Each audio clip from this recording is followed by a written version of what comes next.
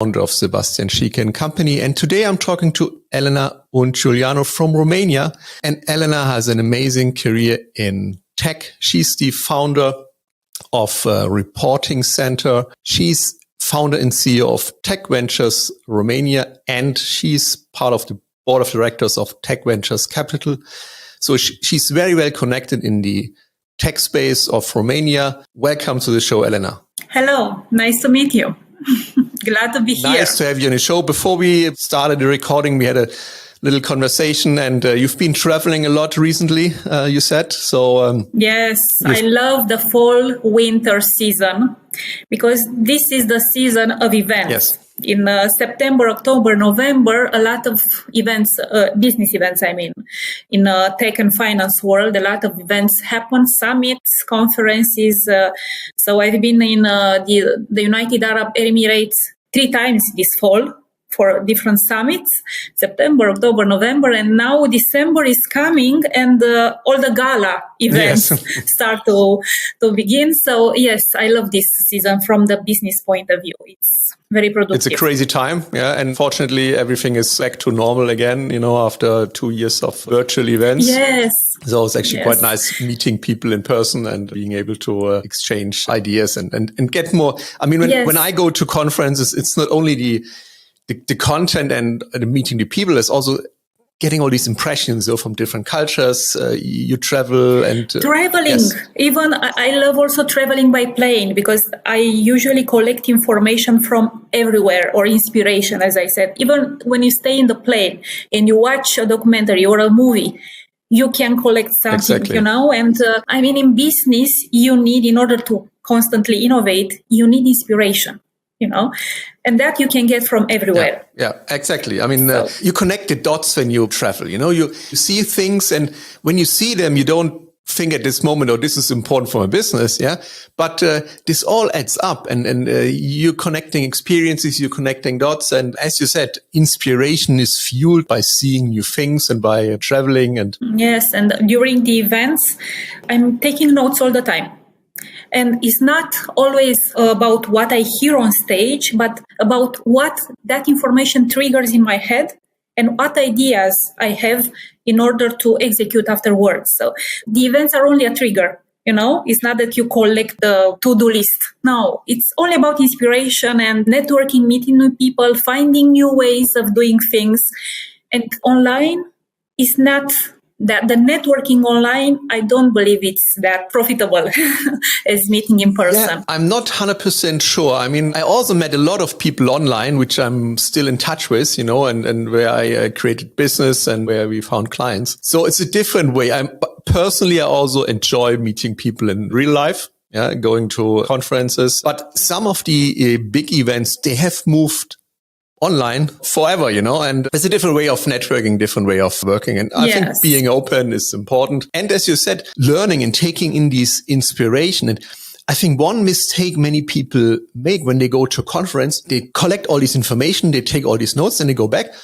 And then we try to deliberately put so many things in action, But often it's just on a subconscious mind that you learn things, that things get clear for you and you starting putting things in place. And often it's so hard, and because we are so overwhelmed with all these ideas we collected, we need to do this and we need to put this in place. But often it's better to step back a little bit and let it sink in, and then things will develop on your subconscious mind. And the power of our subconscious mind is so amazing, and we should really trust this. And another aspect, at least with me, is like what works for me. Before and after an event, I love to have some space, So before, in order for me to prepare for that event, and after, in order to follow up, and think about it, So I don't like to go to a lot of events, but an event and then have a few days or a few weeks and then another one, so I can have the space. A space for things to calm down and ideas to reveal. Digest what you learn, no? Yeah. So how did you end up founding finding your place in business and your place in tech and finance, which is very interesting. I mean, I also have a background in tech and in finance. I run a treasury consultancy for 22 years. I have a tech background. I was an IT consultant before I started my ventures, and I know both worlds, and I also know how you combine them. So would be interested to learn about your story. It was by chance. Because I have maths and computer science degree. And after finishing the university, I started to work for one of my university teachers. So I started as a software engineer, actually a database programmer. And then one of my former classmates from the university told me, Elena, you should come to work for his employer. It was a software company. They were doing software for banks. And I went there and I got specialized in banking reporting. The idea is that I got mesmerized by this field from the very beginning, and I never switched the industry. So in the last 15 years, I was here. I did banking reporting. Of course, at first I was an employee, and then I was a team leader, and then a freelancer. And, that jump from freelancing to creating a software company, that changes everything. Yes. Because I was very good as a freelancer. I felt free. It was convenient because I did how many projects I wanted to, but the customers started to increase their demands. So I had to expand in an organized way. And, doing software for banks and RegTech, we are going to speak a lot about the RegTech right now, is not easy because RegTech is not intuitive. RegTech means automating the regulation. Yes. So it's regulatory technology. But regulation is not at all intuitive. So in order to expand, I knew that I had to create like a system. I had to train the people in order for them to go directly to put them in projects and be efficient. Because RegTech is not for every software company. You need certain type of people. Exactly. And RegTech, the industry is like, I always say it's a purple. Think about the purple color. Purple is from red and from blue. And if you consider that red is business and blue is IT, purple is a mixed color, and RegTech is at the intersection. But usually the classical software programmers don't understand business and don't want to understand it, don't like banking, don't want to talk to the people in banking in order to understand. But if you don't understand these fields, if you don't know concepts like what is a provision, what is an exposure, you don't know what to automate. Yes. So I realized that I have to form a team and teach them everything I knew. I had to share my experience, very condensed in a short period of time. So that's why at the beginning I created this Business Intelligence Center of Excellence. This is what reporting center at the beginning. It was this because I wanted to train some people. But then, in RegTech is not enough to have people because you have to automate things. The regulation is so vast. It changes all the time. And in order to keep up with all this change of regulation, you have to have tools. Okay, so we build a platform. It is called the Elite Reporting Platform. 7 years ago, I created the company reporting center and I started with the first version of this platform. Now, this year, we released version 3.03 already. So now it's mature, this reporting platform. But of course, we went through all the stages. When I started the company in 2015, I knew that in the next year, the regulation in banking will change dramatically. And all the applications that were available at that moment on the market were not built to support such a dramatic change, And I said, okay, you could use that technology, but things will become too complicated. When things are too complicated, you have to take a step back and say, okay, the approach is not correct. Things get too complicated. It's hard to manage. So I created this platform from scratch, and I started from the way the taxonomy was built, the taxonomy for the new regulation. Yes. So I said, forget everything, how we are doing right now. Look how the regulation will look. It will increase the volume and the algorithmic will become more complicated. And I said, we have to build a platform that is flexible by design. So this is the new concept that we introduced then, 7 years ago. And now in time, we increase this flexibility, because otherwise you don't have the time to adjust the reporting and the output in time. That in corporate world, corporates are big and banks are big institutions, and usually banks love to work with big corporations of the same size, because as they say they will decrease the risk if they go to a big corporation. And at the beginning, I was a startup, and I had to fight with corporations, and it was very hard because we were a few people with our platform at the beginning, and they asked me, "Okay, what's your turnover?" In the first year of my nothing, I'm a startup, I just started. Exactly. I'm in the progress of doing things, But so that was you told me, you asked me about the challenges. So this was the biggest challenge, hardest thing, the biggest challenge to overcome, to get your first customers. The first customers who trust you as a startup, exactly, with no turnover. No turnover, exactly. Of course, my advantage was that I was not new in that branch. I had experience, so now I have 14 years of experience, and then I had already 7 years of experience. So they wanted to work with me, but of course, I had to adjust and prepare my startup to become bigger and bigger. So they will adjust. But now coming back to the concept, the primary concept. When you have a platform like I have, flexible by design, you don't need so many people, because now the repository and the new features can be added only by configuration. And so now I'm trying to explain to my customers, the same customers, when they say, because they always say, okay, let's allocate resources for a project. How many resources do you allocate? Well, I don't want to allocate more than 4 people. Never. This is like my opinion. When I start the project, I say I have the platform and I want to allocate maximum 4 people for your project, because when you have bigger team, things will be in delay and the miscommunications will happen. So I try to fit the requirements of a project to allocate only 4 people in the platform. So this is like, my weapons. My weapon in this is my platform and the people. And that's why I'm coming back to that system that I told you I was trying to build. It's a system. It's how you train your people, everybody to understand his role. Yes. Okay. Each one has his role and each one has to fill in that role, not to leave gaps and not to people doing the same thing. Everybody has to do his own thing and things will be okay. Because a few days ago, I was talking to a friend of mine. She's also a businesswoman.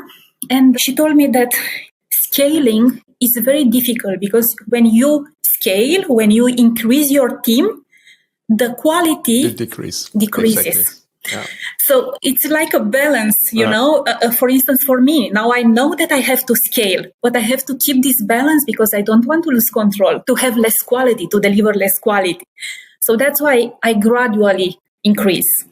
I still didn't figure it out how to scale it exponentially, I still scale it step by step. Yeah. Easy, because I don't want to lose, the control. At some point, we have to accept that we cannot control everything. If you want to grow an organization, we have to accept there will be failure, there will be screw ups, but this is okay.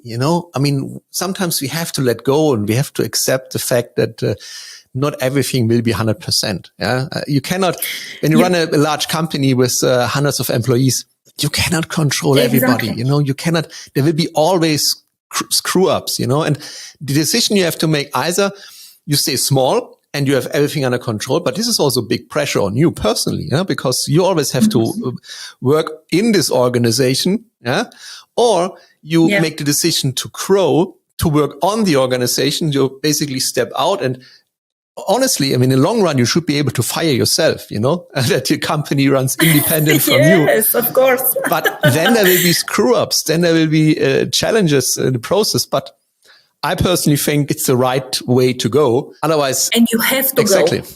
You have to scale, because one of my favorite quotes says like this, something like this: if everything is under control, you're going to slow. Exactly.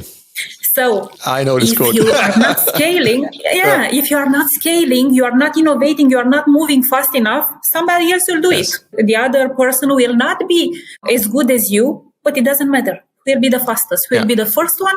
And in time, he will be at the same level. If you do not evolve, the other ones can.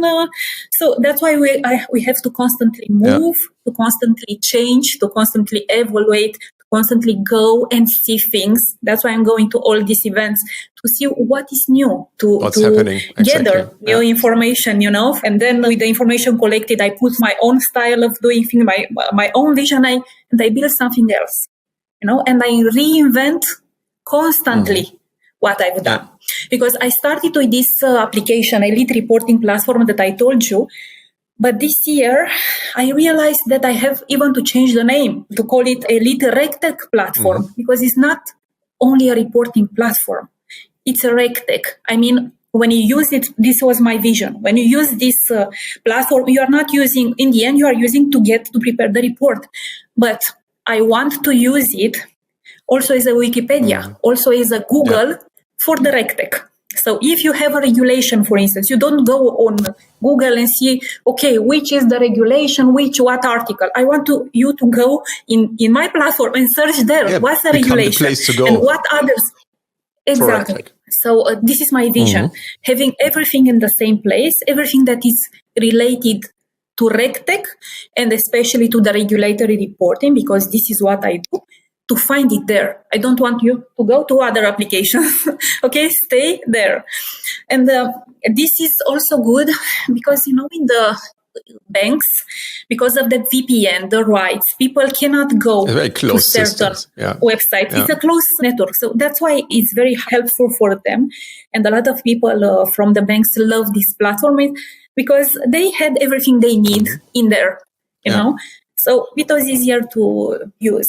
Of course, it was for me a big help to work with business representatives to my customers because I delivered at the beginning the light version, only the features that they had to. But in time, we added more and more and more.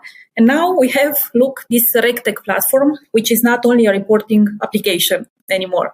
Yeah, it evolves. Yeah, I mean, also the world evolves. I mean, you picked a space which is booming, I mean, look at the crypto meltdown, just recently. I mean, this will create so many new regulations for financial institutions. Yeah.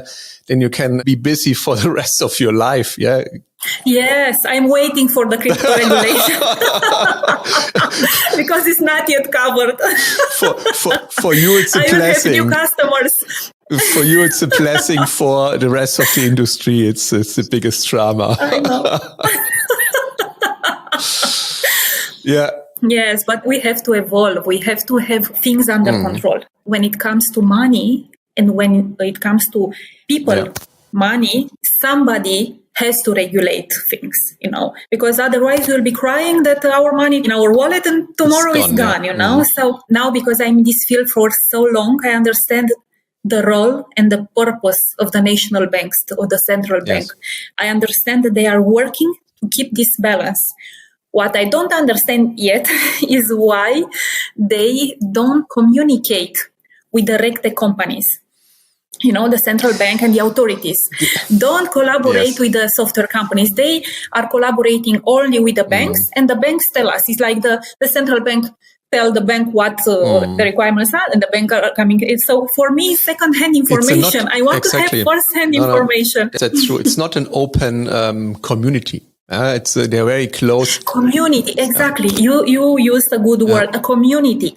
It's a RegTech community. They should be part of it. Banks don't think like this, They don't think community. They don't think startup culture and getting company in. They're very closed in their way of working. I mean, I worked a lot with central banks in Europe in my former company. And their nature is being quite reserved when it comes to sharing anything with the outside world. Once you're in this world of central banks, then information flows.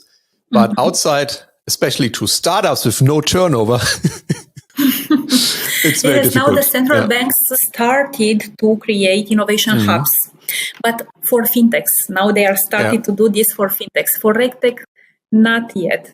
However, because I needed this, starting with next week, I am organizing a monthly meeting I called it RegTech Roundtable. It will be in my office. And I invite here some of my customers and some of the financial institutions which are not yet my customers, but I want to make a mix. To invite one, maximum two persons from each bank or financial institutions to put them this round table and to talk not in a formal way, informal, because we are a software company, so we are neutrals. We are not authorities, because banks, when they talk to the regulator, and the regulation is always not intuitive and is ambiguous. And the banks try to ask the regulator how we should interpret this and this, but they don't have the courage to fully the whole question, because you understand why. So I said, okay, let's meet at this round table. You can ask whatever you want, because we are a software company. You can ask us, but there at the round table you'll find some other people from other banks, and they will share how they interpret this regulation. Of course, it's a small sized event, is 8 to 10 people. I want to keep it this small in order for people to feel comfortable to talk free. When you have big events, again, somebody will not have the courage to say it all and to say exactly which is the biggest fear they have regarding this, the next regulation, So I try to organize these roundtables on a monthly basis, and we are going to talk about what's new in the regulation. Every month we have new stuff, to discuss. So I'm so eager to do this, to meet the first round. And I waited, to be sincere.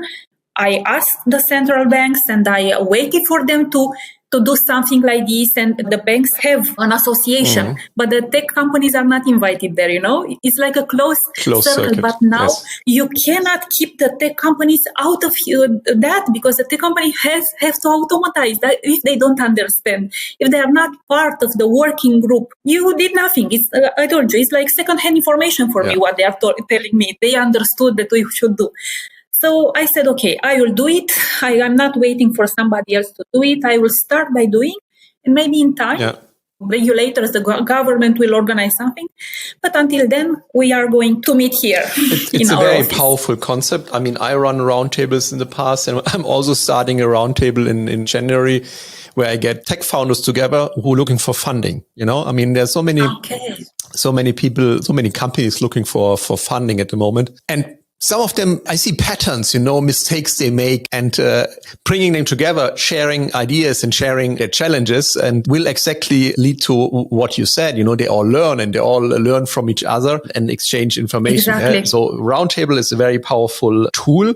And 8 to 10 people, 5 to 10 people is a good size, where people open up and share their stories. So good luck for that. It's a great approach. And it will be a physical roundtable in your office, you said. Yeah. Yes, I want to be physical. Yeah. And actually, because we talked at the beginning about COVID, about online and offline, my team loves to work from home.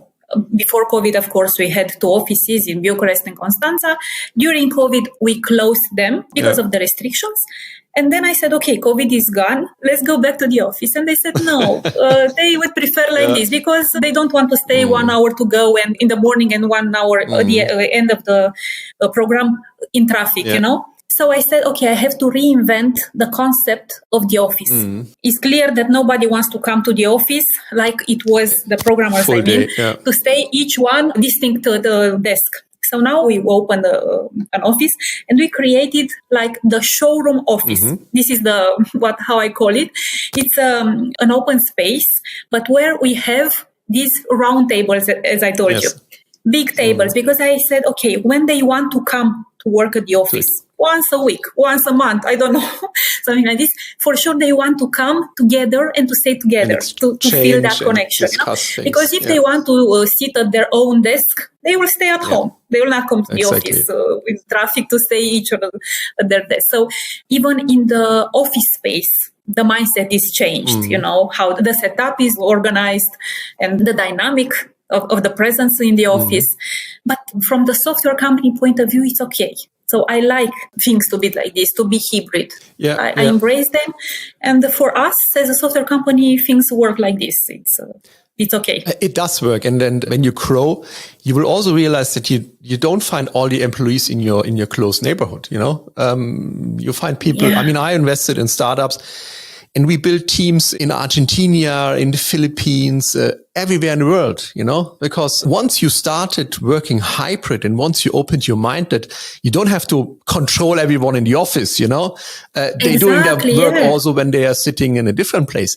Then there are so many possibilities. And different time zones. There are so many possibilities in growing an organization, finding the right people and, anywhere where they are in the world. Yeah. And also, it also, of course, comes with a cost benefit because you don't need to have the office space and you can also hire people in areas on the world where they have a lower living cost, which is very beneficial for both sides. So I completely embrace. I have a virtual team. My office is basically part living room now. I have my gym here because during COVID, my gym was closed. So I took one room and turned it into a gym. And my wife works here 2 days a week because she has to go to the home office, but she comes to my office basically. My kids come here to do their homework every now and then. And sometimes an employee pops up and we spend a day here together. So it's a different way and I like it. It's a much more, you have more possibilities than in the past, where it is rigid. Exactly. And it's more natural. Yes, more natural. Yeah. It's as you feel. You feel to stay home. Okay, you can work from home. You feel as seeing new other people and dress nicely, you can do that. Exactly. And it's accepted everywhere now in the world, which is very helpful. Yeah. So you have a lot of plans. So what is in the pipeline for Reporting Center or for your vision? I mean, you're building this platform, which not only is a reporting tool, it's also an information tool. You're building a community of people in RegTech. Yeah. Yeah. So it's 3-dimensional. Mm-hmm. So the first dimension is that I want to scale this company international. Mm-hmm. Now we have customers in Romania and in Moldova, but the regulation, Romania is a country from the European Union, and the regulation, the banking regulation is unified across all the countries in the European Union. That means that the repository that we have prepared and already installed and used in Romania can be installed directly, plug in to any other bank from the countries in the European Union. Yeah. So this is one step that I'm making. And following this idea, my approach is to go to the countries, the so-called united countries.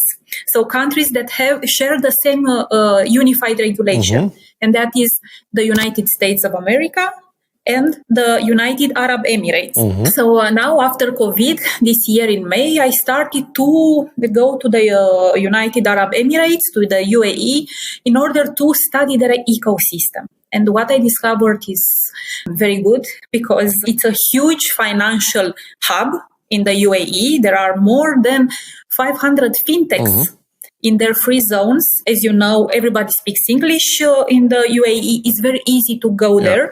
And that's why this year I was 4 times and I managed to find a partner. I will work through partners when scaling. For me, it's easier like this. So for the UAE, I already found a partner. So that's one dimension, to scale to other countries. Another dimension is to go to different type of customers because you know that our customers currently are banks and non-bank financial institutions. But this year we launched our platform, which was an on-premise platform. This year we made it in cloud. So we have Elite in the clouds installed and we have 2 modules live already. One is SAFT, that is the standard that is filed for tax, is a fiscal authority reporting, if I can say. It's a new one, it's a very complex, and this is for every company. It's not only for the financial institutions.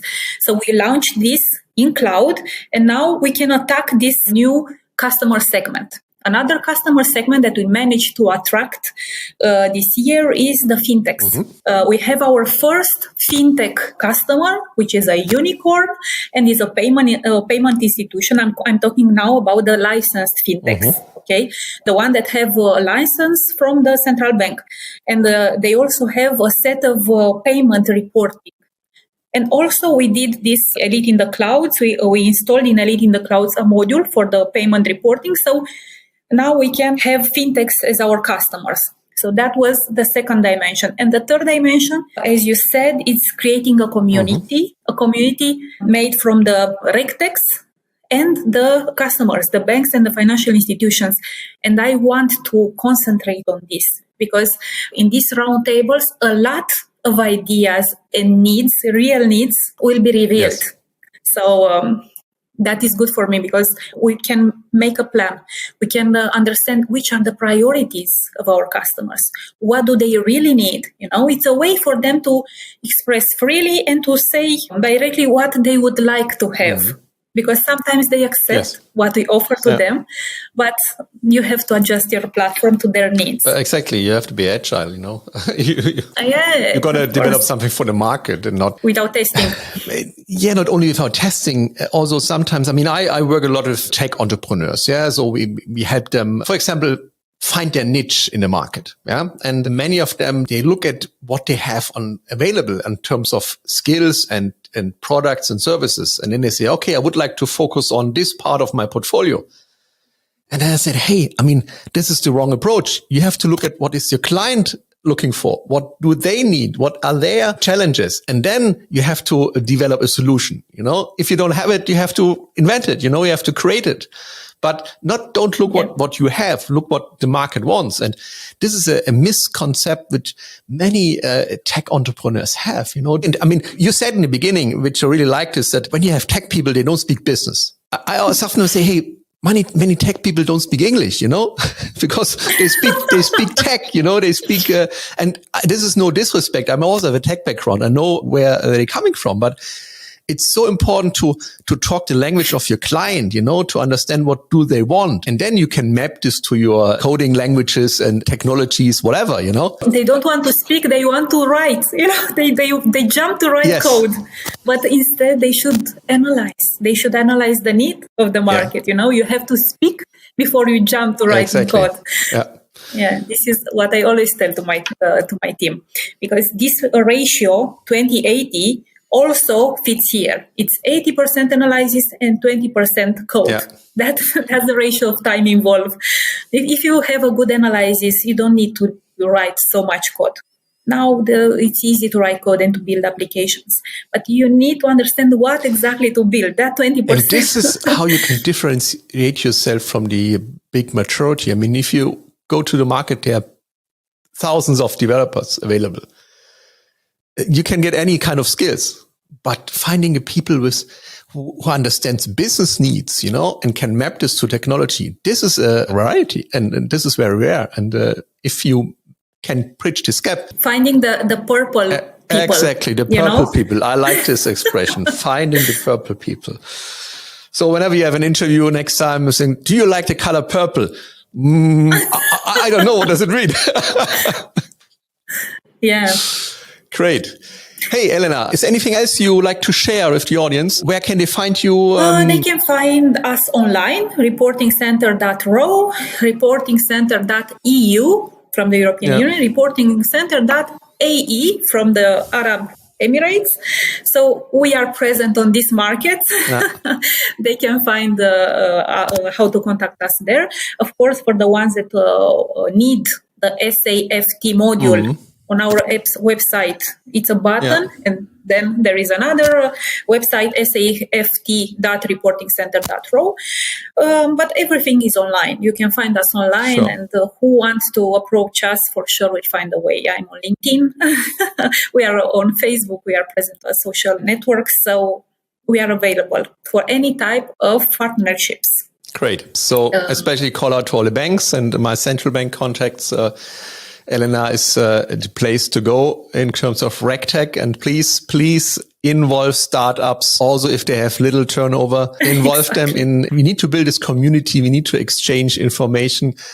Otherwise, the speed of change and the speed of increasing regulation will basically, it will only hit the banks. It also hits the supplier industry. It will be overwhelming. It is overwhelming. There's so many things which need to be put in place.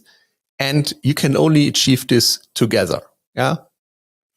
Yeah. Thank you so much, Elena, for your time today. It was a pleasure to talk to you. Thank you very much. It was so nice talking to you. Have an awesome day.